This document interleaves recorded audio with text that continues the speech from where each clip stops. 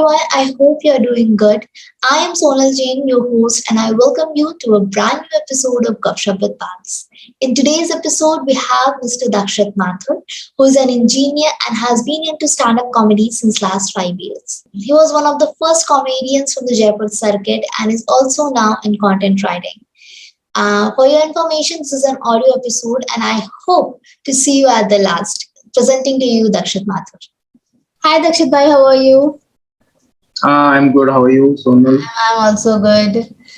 So let's not waste much time and let's see dive into the episode. है ना?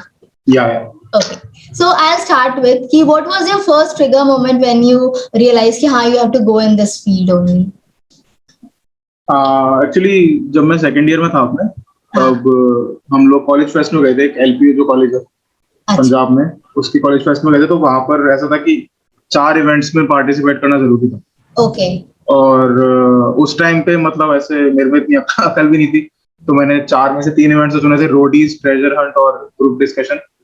और चौथा मुझे मिल नहीं रहा था, तो मैंने स्टैंड अप कॉमेडी यूं ही ले लिया था। ओके. लेकिन फिर मैंने सोचा कि अब ले ही लिया है तो कर लेते हैं आगे। और जब मैं किया उसको आगे तो मेरे को मजा आया। थोड़ा बहुत लिखा था, हालांकि मैं कंपटीशन जीता नहीं, पर मजा मेरे को बहुत ज्यादा आया वहाँ पे। अच्छा. और वहीं से मुझे लगा कि अब अगर ये मतलब मेरे को देखना चाहिए कि ये कैसे स्टार्ट होता है। एंड थैंकफुली उसी टाइम पर मैं जयपुर में था उस टाइम कॉलेज में अपने। उसी टाइम पर जयपुर का पहला ओपन माइक होता था। जयपुर में उससे पहले कभी स्टैंड अप कॉमेडी नहीं हुई थी। ओके. जयपुर का पहला ओपन माइक होने वाला था और मैंने सोचा ये गोल्डन अपॉर्चुनिटी है मेरे लिए, तो मैं जाऊंगा इस चीज में। और वहां से मैंने ओपन माइक्स करने चालू किए और मजा आता रहा, तो मैंने सोचा फिर बंद तो क्यों ही करें अब इसको। That's totally great. मतलब ना कुछ चीजें होती है जो आप जिस पे स्टिक हो जाते हो और फिर उसी में आने लगता है मजा, तो you make it your career. या हाँ. So what was your first show like? मतलब how was the whole experience? हाँ, पहली बार जब मैंने परफॉर्म किया था तो बहुत बुरा था वो। मेरे 7 दोस्त आए थे मेरे साथ, एलपीयू के टाइम की बात है। 7 दोस्त थे हम लोग, सब 7 दोस्त ट्रिप पे गए थे और 7 उस पूरे ऑडिटोरियम में 200 लोगों के सिर्फ 7 लोग ही हंस रहे थे। अच्छा. और मुझे लग रहा था कि हाँ चलो ये लोग तो हंस रहे हैं एटलीस्ट। फिर बाहर आके उन्होंने भी बोला कि हमको इतनी हंसी आ नहीं रही थी, हमको तुझे बुरा नहीं फील कराना था। तो इसलिए फिर मैंने तो पहला शो तो बहुत ही बुरा किया था। लेकिन जो दूसरा ओपन माइक, मतलब जो पहला ओपन माइक था मेरा जयपुर में, मैंने बताया पहला ओपन माइक, वो काफी अच्छा हुआ था। क्योंकि उसके बाद मैंने थोड़ी कॉमेडी देखनी भी चालू की। मैं एक्चुअली वो इंसान हूँ जिसने कॉमेडी ज्वाइन करने के बाद प्रॉपर कॉमेडी फॉलो करना स्टार्ट किया, वरना उससे पहले मुझे बिल्कुल नॉलेज नहीं थी। अच्छा. सो मतलब कैसे, मतलब उस मोमेंट में क्या लगा आपको कि मतलब अब इसमें ही जाना है? उस टाइम पे ये नहीं लगा था कि इसमें जाना है, लेकिन मेरे को बस वही चीज है कि वो करने के बाद मुझे जब स्टेज से उतरा था मुझे मजा बहुत आया। अच्छा. पता नहीं क्यों, मतलब वो मेरा शो भी इतना अच्छा नहीं हुआ था और मुझे इतना था भी।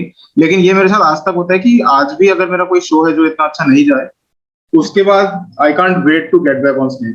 मुझे मतलब ऐसे खुद को रिडीम टाइप करना होता है। अच्छा. कि मेरा ये शो खराब गया है और अब मेरे को वापस जाना है इसमें।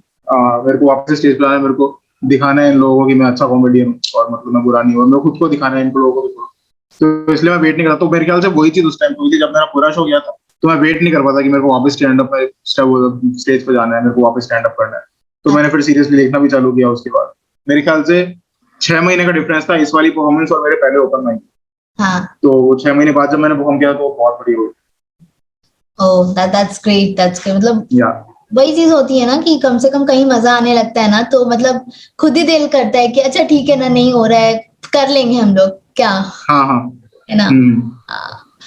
तो एडिंग टू इट कि मतलब आपकी प्रोसेस क्या है लिखने की, लाइक आप अपने सेट के लिए कैसे आते हो? मैंने जब स्टार्ट किया था कॉमेडी तब तो मैं मतलब उस टाइम पे ये होता था कि मेरी जैसे कॉमेडी के बारे में सबसे ज्यादा जो मुश्किल चीज मुझे ये लगती है, जो मैं कई दोस्तों को अपने सर्किट में बात करते हैं, हाँ. कि इसको तुम जितना ज्यादा समझते हो ये उतनी ज्यादा डिफिकल्ट लगता है। अच्छा. क्योंकि ये जब मैंने स्टार्ट किया था मुझे लगता था कि सिर्फ हंसाने ही तो है लोग, मतलब वो तो मैं कुछ भी करके हंसा दूंगा। हाँ. और ये सब चीज, लेकिन फिर जब तुम इसके अंदर जाता तो लगता है कि ऑब्वियसली हंसाना तो है ही लोग, लेकिन उसके अलावा भी 2-3 चीजें हैं जो एक स्ट्रक्चर होता है जोक का। तो अगर तुम बिना उसके भी हंसा पा रहे हो, सबका प्रोसेस अलग होगा। तो अगर तुम बिना किसी स्ट्रक्चर को फॉलो किए हंसा पा रहे हो, इट्स वेल एंड गुड। लेकिन फिर भी जब तुम कॉमेडी के अंदर जाते हो तो कई सारी ऐसी चीजें जो तुम्हें समझ में आती है और तुम्हें लगता है यार ये इतना भी आसान नहीं जितना मुझे लग रहा था। अच्छा. जब स्टार्ट करते हो तो तुम्हें यही लगता है कि मैं दोस्तों के साथ, अगर तुम दोस्तों को हंसा पा रहे हो तो तुम स्ट्रेंजर्स को भी हंसा दोगे। पर ऑब्वियसली तुम दोस्तों के साथ होते हो तो दोस्तों को पूरा कॉन्टेक्स्ट पता होता है जो तुमने बात की है उसका। दोस्तों को ये पता होता है कि तुम कैसे इंसान हो, कहाँ से आ रहे हो, वो एनवायरनमेंट एक अच्छा होता है। जब तुम स्ट्रेंजर्स के सामने होते हो वो तुम्हें जानते भी नहीं, और अगर तुम उसे उन्हें हंसा पा रहे हो तो वो एक बहुत मुश्किल काम है। हाँ बिल्कुल, तो बट यही जब मैंने कॉमेडी को, हाँ सॉरी बोलो। मैं बोल रही हूँ, but do you draw an your inspiration from somewhere और you just randomly do it? मतलब मैंने शुरुआत में, जैसे मैं बता रहा हूँ, शुरुआत में तो जो सबसे अच्छी चीज होती है शुरुआत के अंदर कि तुम्हारे पास बहुत कुछ होता है, क्योंकि जब तुम शुरू करते हो कॉमेडी तब तुम्हारे पास पूरी लाइफ होती है बताने के लिए सामने वाले। हाँ कि अभी तक मैंने अगर 18 साल की उम्र में कॉमेडी स्टार्ट की थी तो मेरे पास 18 साल का एक्सपीरियंस है। कि हाँ मेरे पास 18 साल की स्टोरीज हैं जो मैं सामने क्राउड को बता सकता हूँ। हाँ हाँ हाँ। तब मैं निकाल पा रहा था स्टोरीज, लेकिन जैसे जैसे वो स्टोरीज खत्म हो गई तो उस टाइम पे मेरा राइटिंग प्रोसेस ऐसा था कि हाँ मेरी लाइफ में कुछ फनी हुआ तो मैं उसको लिख लिया, उसको जाके स्टेज पे बता दिया। और फिर धीरे धीरे मेरे को बस क्राफ्ट समझ में आने लग गई कि हाँ इस चीज को फनी, मतलब मेरे दिमाग में फनी है तो अब ये चीज ऑडियंस को कैसे फनी बनाएंगे, ऑडियंस के लिए कैसे फनी बनाएंगे तो उनको दिखाऊंगा। तो मेरा राइटिंग प्रोसेस यही होता था कि मेरे दिमाग में कुछ फनी आया उसको मैंने नोट कर लिया। उसके बाद at the end of the week या फिर जब भी किसी ओपन माइक से एक दिन पहले, उस टाइम पे जयपुर में वीक में एक ओपन माइक होता था, तो हर ओपन माइक से जस्ट पहले मैं देखता था कि आज इस हफ्ते मैंने क्या क्या लिखा हुआ है, और उस पूरे को कंपाइल करके किसी तरह ऐड करके मैं एक सेट बना देता हूँ। ओ, या मतलब इट्स जस्ट अ प्रोसेस कि आप मतलब आप उतना ज्यादा उस पर ध्यान नहीं देते, मतलब कि आपके जो दिमाग में आता है तो आप उसको नोट डाउन करके देन यू मतलब you know evolve it in your way. या ये शुरुआत में था, क्योंकि ऑब्वियसली जैसा मैंने बताया कि उस टाइम पे चीजें आती रहती थी दिमाग में कि मेरे साथ, अच्छा हाँ ये भी तो हुआ था कई साल पहले, अच्छा ये भी तो हुआ था।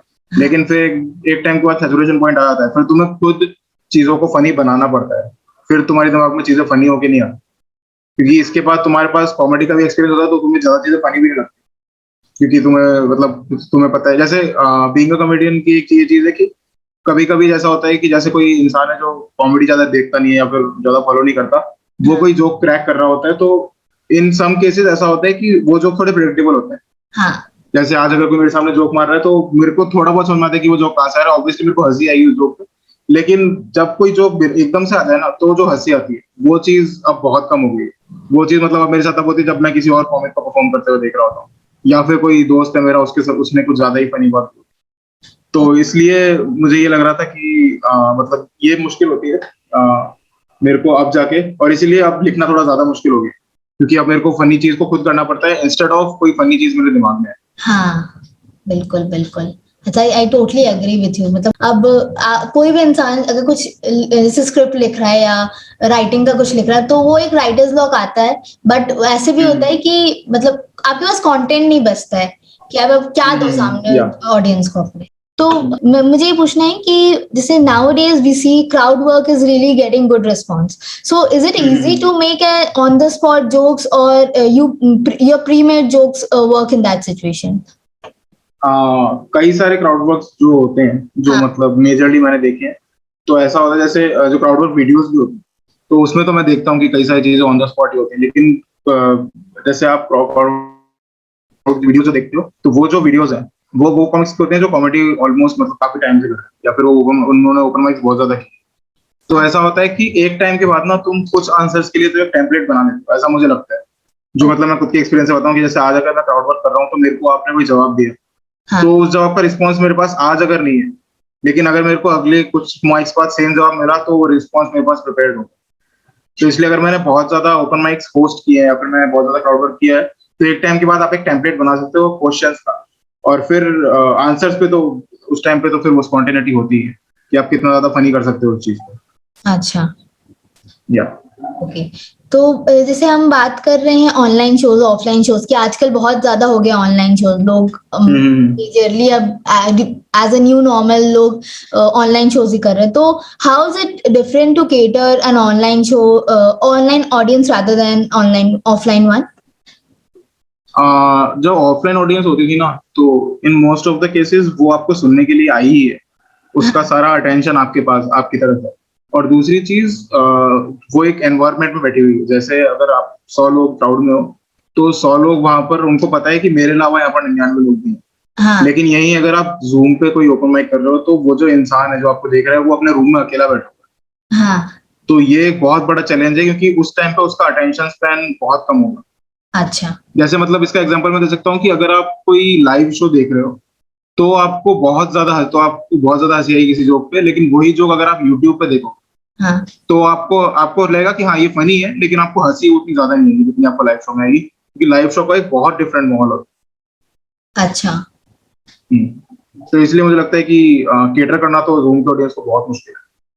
हालांकि जूम की ऑडियंस है बहुत ज्यादा, क्योंकि हाँ। मतलब लाइव शोज में तो ऐसा होता है, ओपन माइक्स के अंदर कभी हमने 3 लोग भी देखे, हमने 4 लोग भी देखे, लेकिन जूम पे तो ऑलमोस्ट हर शोज में 30+ 40+ लोग आ रहे हैं, तो ऑडियंस बहुत ज्यादा है, लेकिन उनको केटर करना बहुत मुश्किल how it is like audience का रिएक्शन कितना मैटर करता है, मतलब इन अ सेंस कि कॉमेडी में तो it's all depend on audience कि वो कैसे रिएक्ट है। करे। या बट या एज अ कॉमेडियन आप क्या चाहते हो कि ऑडियंस कैसे, मतलब आपके रिएक्ट कैसे करे उस चीज पे?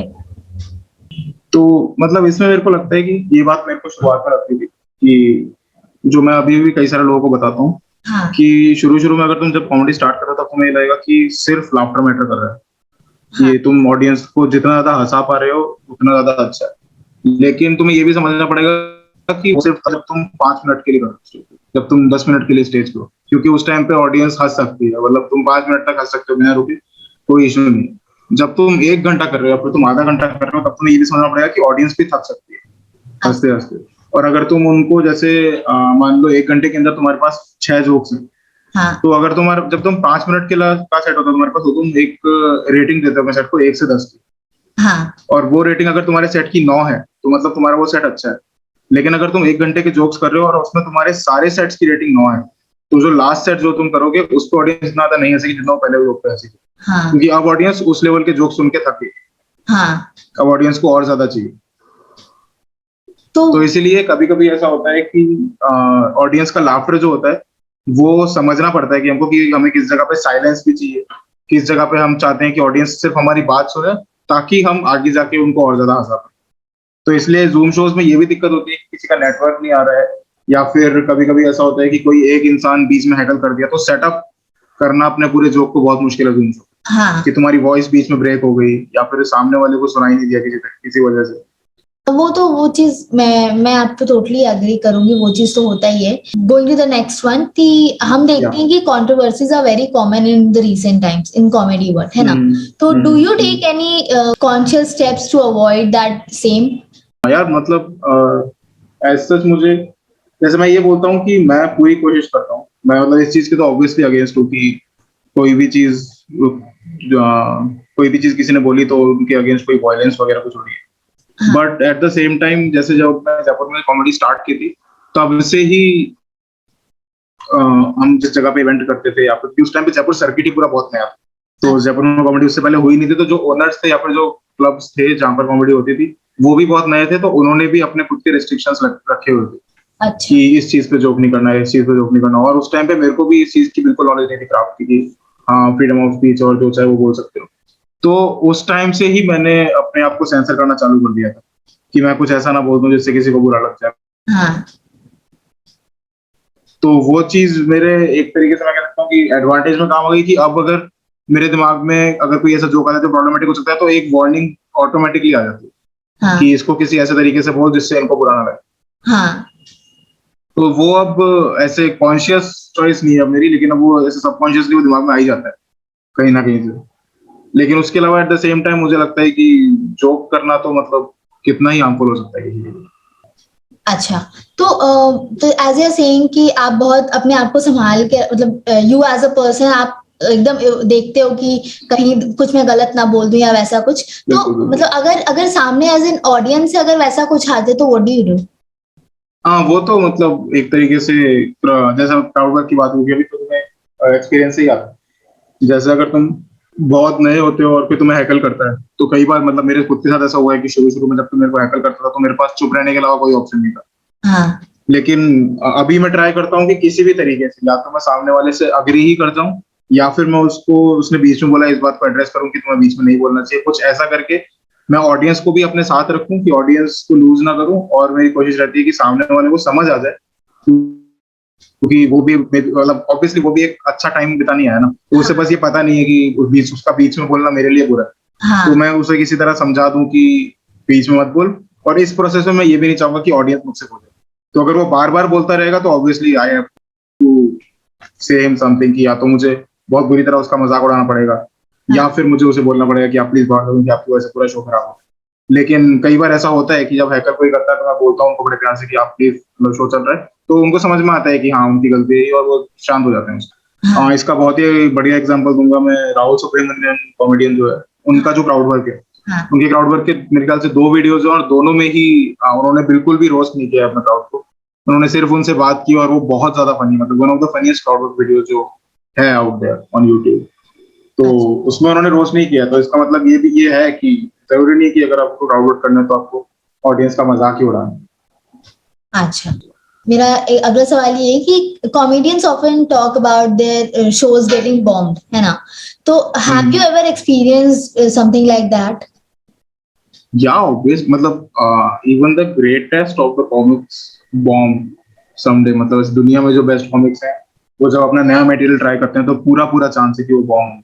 अच्छा। बस ये अब दिक्कत ये रहती है कि अब जब जो बहुत बड़े कॉमिक्स हैं इनको ऑलमोस्ट हर कोई जानता है, हाँ उनका एक पर्सोना ऐसा बन चुका है कि वो जो चीज भी बोलते हैं वो फनी रहती है ऑडियंस के लिए, क्योंकि अब ऑडियंस उनकी फैन है। तो वो छोटा सा भी तो उनका जो लाफ्टर होता है वो बहुत ज्यादा ऐसे एस्केलेट हो जाता है हाँ कि उन्होंने थोड़ी सी फनी चीज बोली तो काफी लोग काफी ज्यादा हंसते हैं। तो बिल्बर एक कॉमिक है बहुत अच्छा, बाहर का। उन्होंने ये बात बोली थी कि मेरे को एक ऐसा रूम चाहिए अभी भी जो अब मिलना बहुत ज्यादा मुश्किल होता है, जहां पर मुझे 30 लोग मिल जाए और 30 के 30 मुझे नहीं जानते। हम्म वो रूम्स मैं मिस करता हूँ, क्योंकि वहाँ वो जो रूम्स होते हैं वो बेस्ट रूम्स होते हैं तुम्हारा मटेरियल टेस्ट करने के लिए। क्योंकि मैंने शुरुआत में ही बताया था कि अगर तुम 30 लोग जो तुम्हें बिल्कुल नहीं जानते उनको हंसा पा रहे हो, तो तुम्हारे लिए उन लोगों को हंसाना बिल्कुल मुश्किल नहीं होगा। सबसे आसान होता है उन लोगों को हंसाना जो तुम्हें अच्छे से जानते हैं, जो तुम्हारे मतलब जो तुम्हें देखने ही आए। हाँ हाँ हाँ लेकिन अगर तुम ऐसे इंसान को हंसा रहे हो जो तुम्हें जानता ही नहीं है, जिसको कॉन्टेक्स्ट नहीं, जैसे जयपुर में, मैं बहुत बड़ा क्रेडिट देता हूँ इस बात को, जयपुर में जब हमने कॉमेडी शुरू की थी तब हम लोग रैंडम कैफेज में जाते थे। मतलब उन कैफे वाले को पता होता था कि हम कॉमेडी शो करने वाले हैं, लेकिन वहां जो बैठे होते थे लोग, उनको कोई आइडिया नहीं था इसके बारे में। हाँ वो लोग बस फैमिली डिनर करने आए थे या फिर अपनी फैमिली के साथ कुछ टाइम स्पेंड करने आए थे, अपने दोस्तों के साथ घूमने आए थे। और अगर उस टाइम पे हमने उनको हंसा दिया, मतलब हाँ हम कुछ अच्छा कर रहे हैं या फिर हमारा जोक थोड़ा बेटर है। ओके। तो या जैसे आपने बोला कि आप जयपुर से हो, है ना? तो जी जी। How was the whole experience, नहीं कि मतलब आप अभी तक हाउ डिड यू सी कि इवॉल्व कितना हुआ है वो पूरा सर्किट? बहुत ज्यादा इवॉल्व हुआ है। जैसा मैंने बताया वो कि जयपुर जब स्टार्ट हुआ था तब सलोनी माथुर एक मतलब कॉमेडियन थी, अच्छा उन्होंने स्टार्ट किया था जयपुर के अंदर और सर्किट। और उस टाइम पे मेरी उनसे बात काफी पहले से हो रही थी और काफी टाइम से हम लोग ये बात, जब मैं एलपीयू से आया था वापस तब से ही मेरे को मेरे किसी दोस्त ने कांटेक्ट भेजा था अच्छा कि ये जो इंसान है स्टैंड अप कॉमेडी इवेंट कराने जाते हैं जयपुर में। तो मैंने उनसे बात की थी, तब से हमारी बात होती कब कराना है। और फिर फाइनली जुलाई 2016 में आई गेस पहला ओपन माइक हुआ था जयपुर का, और वहां पे करके मेरे को बहुत ज्यादा मजा आया था। तो वैसे ही तब से मुझे याद है कि हर उसमें महीने में 2 ओपन माइक्स हो रहे हैं या फिर महीने में 3 माइक्स हो रहे हैं। और वहां से, और तब सिर्फ जयपुर के कॉमिक्स ही आते थे। उसके बाद कुछ और कॉमिक्स जुड़े, जैसे एक लवजीत सिंह चौहान है जो भी पहले ओपन माइक से ही है हमारे साथ।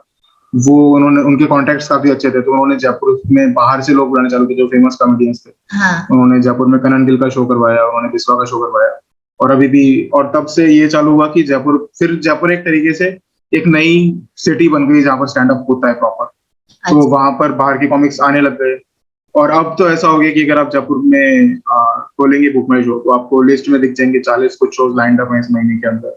और ओ ओपन माइक्स भी ऑलमोस्ट वीक में 3 या 4 दिन हो रहे हैं। ओके तो ये चीज बहुत अच्छी हुई है, तो इवॉल्व तो बहुत ज्यादा किया है। कॉमेडियंस की भी अगर बात करें तो जोक्स बहुत ज्यादा अच्छे हुए हैं उस टाइम से। ऑडियंस भी बहुत ज्यादा इवॉल्व हुई है, कि जैसा मैं बता रहा था कि अगर ये चीज आसान है कि तुम मतलब, ऐसा जरूरी नहीं है कि अगर कोई इंसान तुमको सुनने नहीं आया है तो हाँ उसको, और तुमने उसको हंसा दिया तो तुम्हारे जोक्स बहुत ही बढ़िया हैं। अगर, क्योंकि जब तुम्हें कोई ऐसा जोक टेस्ट करना है, जैसे कॉमेडी में जिस तरह की कॉमेडी मेरे को पसंद है वो वैसी है कि तुमने कुछ अलग कर दिया, मतलब कैसे बताऊं, कि तुमने जस्ट स्ट्रक्चर फॉलो नहीं किया किसी जोक का, सिर्फ सेटअप और पंचलाइन नहीं किया, तुमने कुछ ऐसा किया जिससे जो आज तक किसी कॉमिक ने भी नहीं देखा। हाँ तो उस चीज के लिए बहुत जरूरी होता है कि जो तुम कर रहे हो उसको कोई देखे। कई सारे सेट्स में ऐसा होता है बहुत टाइम कि तुम्हें 30 सेकंड चाहिए ऑडियंस का अटेंशन के, तुम्हें 40 सेकंड चाहिए ऑडियंस का अटेंशन के, और जिस जगह पे कोई तुम्हें नहीं जानता वो लोग वहां पर इतना अटेंशन नहीं देते। हाँ तो ऐसे जोक सिर्फ वही ट्राई कर सकते हो जहां पर ऑडियंस तुमको देखना है। हाँ तो इसीलिए ऐसी ऑडियंस भी जयपुर ने बनाई है जो शुरुआत में नहीं थी। तो ये एक बहुत अच्छी चीज हुई है जयपुर के अंदर। और मतलब कॉमिक्स भी बहुत ज्यादा अच्छे हुए हैं। मतलब शुरुआत में सिर्फ 1 या 2 कॉमिक्स थे और आज हमारे पास रेगुलर कॉमिक्स भी कम से कम 15 लोग। Oh, that's totally great. मतलब या अगर इतना इतना ज्यादा हुआ है तो तब तो मतलब मैं कहती हूँ कि बहुत ही अच्छी बात है वहां के लोगों के लिए भी एंड बाहर वालों के लिए भी। हाँ, so okay, so this is the last question for this section कि ओके। जैसे होता है ना कि बहुत बार कि आप कुछ लिखो, ठीक है, आपने पूरा सेट बनाया, बट यू डोंट नो कि इफ इट इज मतलब राइट फॉर योर ऑडियंस और नॉट। तो how do you see it कि मैं कैसा होगा ये, चलेगा कि नहीं वही चलेगा? मतलब या तो इसमें ना मेरे को ऐसा लगता है, no disrespect to any other art form, लेकिन मेरे को हाँ, ऐसा लगता है कि कॉमेडी मैं पर्सनल मैंने लेवल पे क्या बात किया। कर रही हूँ कि हाँ वही। हाँ हाँ तो मतलब वैसे ही तो कॉमेडी वो आर्ट फॉर्म है जहां पर फर्स्ट स्टेप से ही दोनों तरफ से इन्वॉल्वमेंट होना बहुत जरूरी है, ऑडियंस और कॉमेडी। हाँ जैसे अगर मैं वापस किसी आर्ट फॉर्म की बात करूँ तो हो सकता है कि अगर आप पेंट कर रहे हो कुछ, तो कुछ चीजें होती हैं जो आप अपने लिए पेंट करते हाँ हो, जो मतलब आपको फर्क नहीं पड़ता कि कोई इसको देख के क्या बोल रहा है। कुछ चीजें होती हैं जो आप मतलब कुछ पोएम्स होती हैं जो आप अपने लिए लिखते हो, कुछ सॉन्ग्स होते हैं हाँ जो आप अपने लिए लिखते हो। लेकिन जो मिनिमम से मिनिमम जोक जो तुमने सिर्फ अपने लिए लिखा है, वो जो तुमने अपने लिए जोक लिखा है उसमें भी ऑडियंस का रिएक्शन मैटर करता है। हाँ जैसे कई सारे मतलब आप कई सारे जोक्स देखोगे जिसमें कभी कभी कॉमिक्स बोलते हैं अपने वीडियोस के अंदर कि ये जोक सिर्फ मेरे लिए था, और वो उस जोक के लिए बोलते हैं जिसपे ऑडियंस नहीं हंसती है। तो सेट लिखते इसलिए कॉमेडी वो चीज है जो अपन मिरर के सामने खड़े होकर नहीं कर सकते, या फिर सिर्फ अकेले में नहीं लिख सकते, इसलिए ऑडियंस का इन्वॉल्वमेंट बहुत जरूरी है। हाँ और इसी के लिए होते हैं ओपन माइक्स, कि ओपन माइक्स है ही इसलिए कि तुम आओ, अपना नए से नया जोक ट्राई करो। तुम कुछ लोग कुछ कॉमिक्स होते हैं जो स्टेज पे थॉट लेके जाते हैं सिर्फ अपना, कि हाँ मैंने ये दिमाग में सोचा, और उसके बाद उस थॉट को जितना खींच सकते हैं उतना खींचने का ट्राई करते हैं, जो मैंने बहुत बार ट्राई किया है और मुझसे बिल्कुल भी नहीं हुआ। लेकिन जैसा मैं करता हूँ प्रोसेस, वो मेरा ये रहता है कि मैं वर्ड टू वर्ड लिख के जाता हूँ कि मेरे को यहाँ पर ये बोलना है। अगर मैंने अपने सेट में अरे यार भी बोला तो मुझे पता होगा कि मेरे को यहाँ पर बोलना है, अच्छा कि और मेरे कहीं ना कहीं पर लिखा हुआ होगा वो। जॉब मेरा थोड़ा कम हो गया, मैं थोड़ा कैजुअल हो गया उस चीज को लेके कि वर्ड टू वर्ड नहीं जाना है। लेकिन हाँ, प्रोसेस मेरा अभी भी वही है कि अगर जो जोक है मेरे दिमाग में आ रखा है वो तो उतना ही रहेगा, उससे ज्यादा कुछ वर्ड्स ऐड हो सकते हैं 1-2, लेकिन जोक मेरा कोई खास ऐड होता नहीं है ऑन द स्टेज। तो ओके। इसलिए ओपन माइक्स करने बहुत ज्यादा जरूरी होते हैं, और वहां पर अपने नए साथ ट्राई करो, और वहीं से तुम्हें पता लगेगा कि तुम्हारा जोक कितना अच्छा तो मुझे अब नई नई चीजें सीखने को मिल रही है, ऐसा लग रहा है मुझे तो। है। That's या totally great. Okay, that's all for our that was okay. our talk section. So moving ahead with the short section, इसमें it's just a rapid fire type of thing. There are 7 to 8 questions here. So उस पे आपको in a sentence or a word आपको answer देना है। ठीक है sure। ठीक है? Okay. Starting with it, what was your childhood ambition? हाँ, मेरे को एस्ट्रोनॉट बनना था। So how did it went to engineering? उस टाइम पे किसी ने बताया नहीं कि करते कैसे हैं। मतलब जब मैं बोलता था कि मेरे को एस्ट्रोनॉट बनना है, मेरे को स्पेस में जाना है, तो मम्मी मेरे को गोदी में उठा लेती थी और बोलती थी ये ले बन के एस्ट्रोनॉट। उससे ज्यादा कोई इन्फॉर्मेशन मिली नहीं मुझे कभी। तो इसीलिए मतलब वो बहुत छोटे में एम्बिशन था। उसके बाद जब 8-9 तक आया तब तक फिर दोस्तों के साथ मजा आने लग गया, तो आई वाज लाइक कि ठीक है अभी एम्बिशन की क्या जरूरत है, मजे करते हैं। और Oh, फिर ऐसे मजे मजे में 4 साल स्कूल के और 4 साल कॉलेज के निकल गए। हाँ, but did you enjoy your college? या Oh, great. बहुत ज्यादा, मतलब आई एम सो थैंकफुल कि मतलब मेरी कॉमेडी में भी उन्होंने बहुत मदद की। लाइक लेजिट में बता रहा हूँ कि मेरे हॉस्टल में मुझे परमिशंस मिली हुई थी जो कि ज्यादा लोगों को मिलती नहीं है, सिर्फ कोचिंग वाले लोगों को मिलती थी हाँ, रात को हॉस्टल में लेट आने की। लेकिन वही परमिशन मुझे मिल रखी थी क्योंकि मैं ओपन माइक से लेट आता था, तो मेरे को बोल रखा था कि हाँ तेरे को 1 भी बजे 2 बजे 1 बजे रात के, तो वो भी तो आ सकता है। अच्छा, तो उस चीज में थोड़ा एडवांटेज मिल गया था मेरे को। good to know that. Okay, second question कि 3 things you say to yourself before going on the stage. First thing I don't say, I listen to the song hall of fame from the script. जब भी मेरा कोई important show होता है तो उससे पहले मैं जरूर सुनता हूँ। उसके अलावा दूसरी चीज जो मेरे को, जब भी मैं स्टेज पे, मतलब जब मुझे पता होता है कि अब तेरे को स्टेज पे जाने में सिर्फ 5 मिनट बचे हैं, तब ले, जैसे मैं आज मेरा शो है तो मैं सुबह से बिल्कुल भी नर्वस नहीं होगा, मेरे को बिल्कुल टेंशन नहीं होगी। लेकिन जब लास्ट के 5 मिनट आएंगे तब मेरे को बहुत बुरी तरह टेंशन होगी, और 15 मिनट का बुखार रहता है मेरे को जब तक मैं स्टेज पे हूँ उस टाइम, पूरे टाइम पे। हाँ, और मतलब बहुत ज्यादा गर्म हो जाती है मेरी बॉडी। और तीसरी चीज, मैं मतलब ऐसे वही होता है कि मैं बोलता कुछ नहीं हूँ, लेकिन हाँ स्टेज पे जाता हूँ मैं, मतलब ऐसे पूरा एकदम पंप अप हो गई थी, हाँ चलो एक बार स्टेज पे आता हूँ, और उसके बाद में मेरे लिए बहुत जरूरी है कि माइक स्टैंड मेरे पास में हो, या फिर मेरे को पहले 10 सेकंड में मेरे को लाफ मिल जाए, ताकि मुझे पता चल जाए कि हाँ ऑडियंस मेरे साथ है। तो ये कुछ छोटी मोटी चीजें हैं जिनका मैं हमेशा चाहता हूँ कि जब भी मैं ओपन मतलब अपनी परफॉर्मेंस स्टार्ट करूँ तो मेरे साथ हूँ। Okay, that's great. या Third question कि one comedian who sets you really enjoy. मेरा favourite comedian is his name is बो बर्नम, और मुझे नहीं लगता कि दुनिया में मुझे कोई और कॉमेडियन जो ज्यादा पसंद है, like he is literally my go to person. Okay. मतलब उसका एक स्पेशल है मेक हैप्पी नाम का, वो स्पेशल मैं तब देखता हूँ जब मेरा मूड ऑफ होता है। वो स्पेशल पे अब मेरे को हंसियां नहीं बंद हो गई, but it is such a beautiful thing to watch. तो मैं उसको जितनी बार भी चाहूँ उतनी बार देख सकता हूँ। इज अ म्यूजिकल कॉमेडियन, तो उसके साथ साथ वो मतलब जो गाने भी हैं उसके, इज अच्छा. Such a great comedian. Oh, okay. What was your most memorable moment in your comedy career?